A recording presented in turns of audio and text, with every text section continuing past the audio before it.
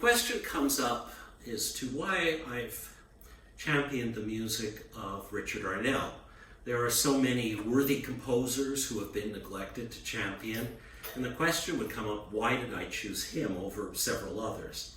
And there are several factors involved. One is the simple issue of the fact that in addition to being genuinely neglected and being a truly fantastic composer, his music is also very original. It's instantly identifiable and different from other people. An additional reason is something that's strictly personal, which is that I knew him. And I met Richard Tony Arnell at a concert at the British Music Information Centre in 1991. I had gone to hear a piano recital by Simon Murphy in which he was playing the Tippett Second Sonata, and I wanted to hear that. And he played the Tippett, and it was very nice.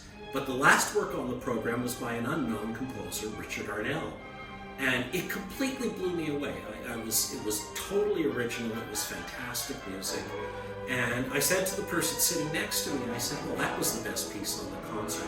Whereupon a tall man in front of me stood up and turned around and said, well, I agree with you. And that was Tony Arnell. And he invited me up to come and have lunch with him and talk music at a home he had recently moved into with his 8th wife. Whole other story there.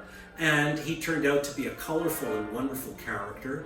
And I told him if I ever got an orchestra, I promised him that I would do one of his symphonies. By that point, I had heard the 3rd and 5th Symphony, and I had decided that this guy's music was absolutely fantastic and well worth doing. And it came about that I had the opportunity to do that, and I have since then been championing his music, and I have to say I feel very grateful that his music has grown somewhat in popularity, even since his death in 2010. And I think you guys will enjoy the absolutely gorgeous 4th Symphony, a work he had written just after he returned to England after 7 years spent in the United States in 1940.